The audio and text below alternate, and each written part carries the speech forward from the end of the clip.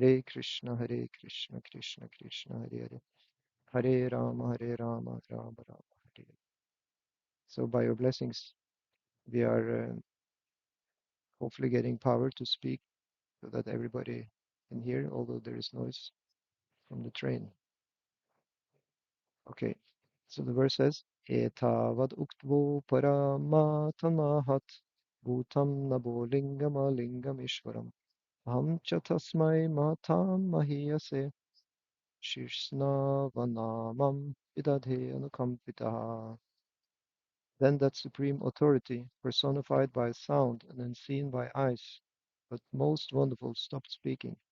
Feeling a sense of gratitude, I offered my obeisances unto him, bowing my head.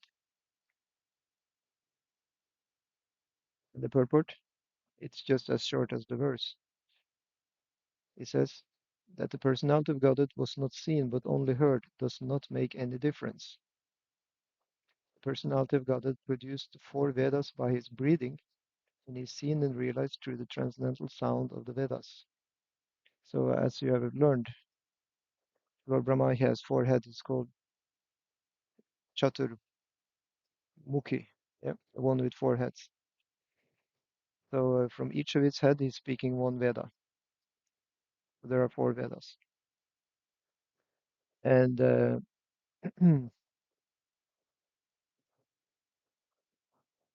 Shabda Brahman is the sound of the Vedas.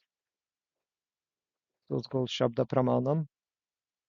And this is the foremost of the evidences. Pramana means evidence. So like in a court case, you can have, different people saying different things. And these will be counted as evidences, correct? So when Krishna speaks the Bhagavad Gita, since he is the supreme judge, then that is the supreme evidence. Does it make sense? The four Vedas are spoken to Lord Brahma in his heart. Yena Brahma Hridaya Adikavale. Yeah. Because this material world is bewildering to everybody, even the demigods. Muyanti Atsurayaha.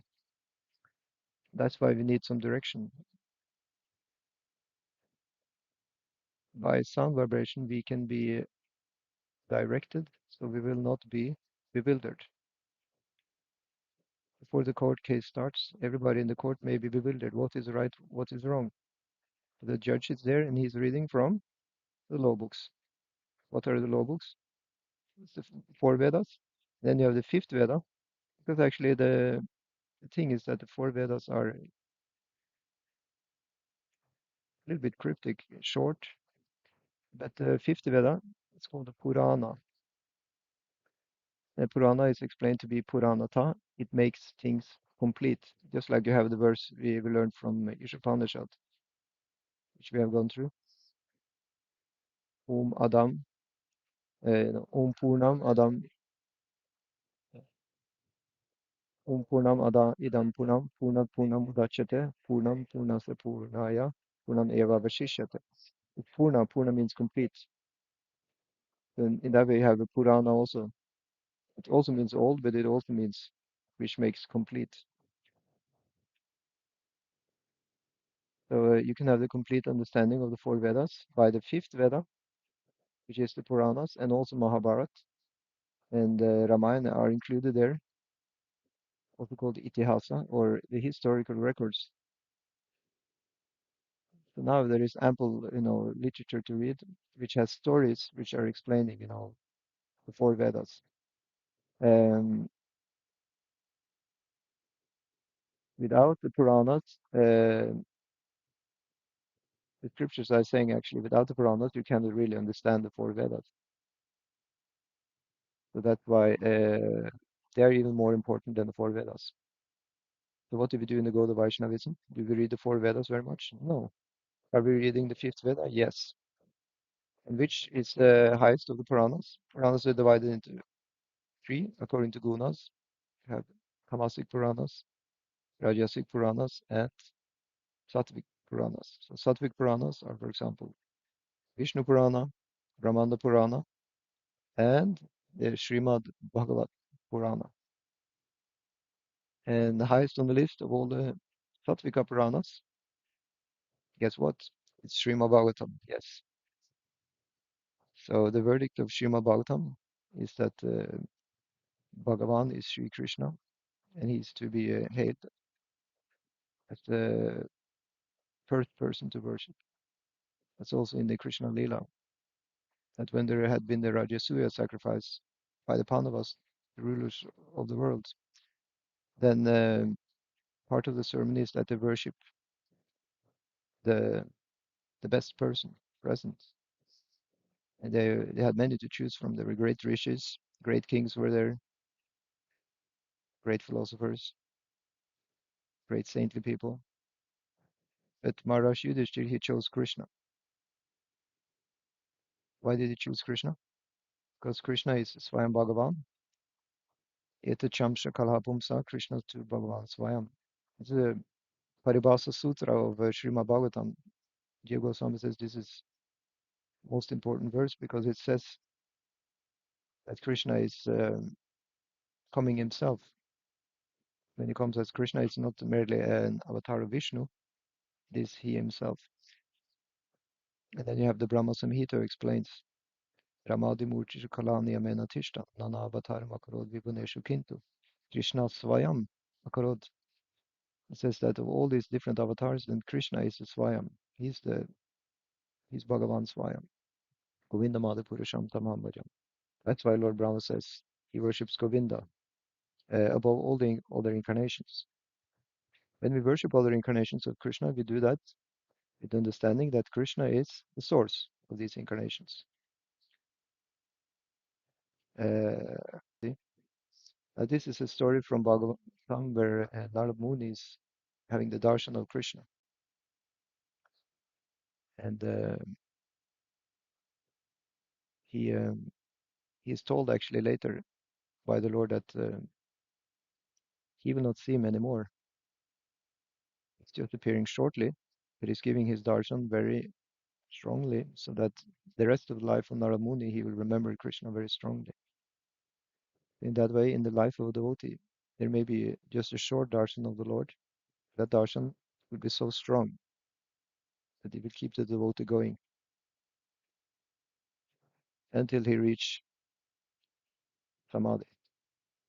That's the idea. So this is called, service in separation. That's what the material world is for, to serve the Lord in separation. And in that way, it will strengthen the bhakti bhava. That's the idea. Yeah. So, feeling a sense of gratitude, I offered my obeisances unto him, bowing my head. Similarly, in Bhagavad Gita, Krishna says, uh,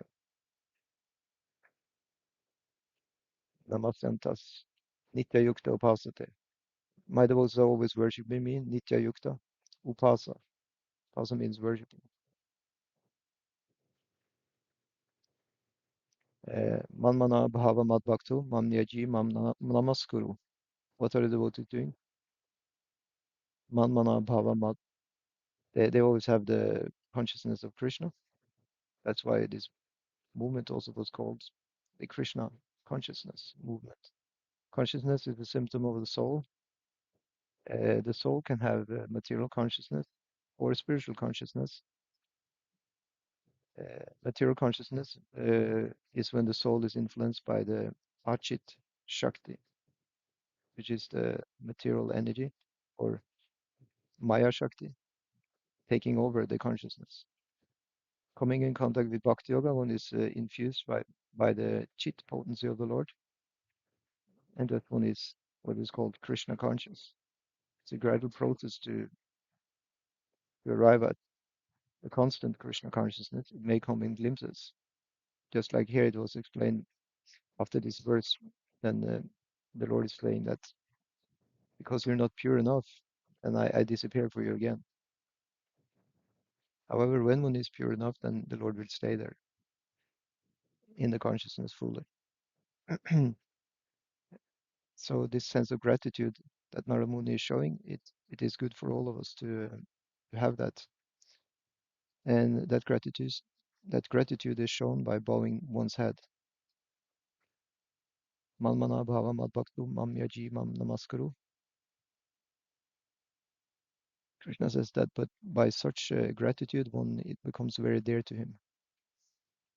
Pratijane priyosime. Krishna says to Arjuna, I'm telling you this because you are very dear to me. So this is from the Bhagavad Gita. The Prabhupada said, similarly, the Bhagavad Gita is the sound representation of the Lord.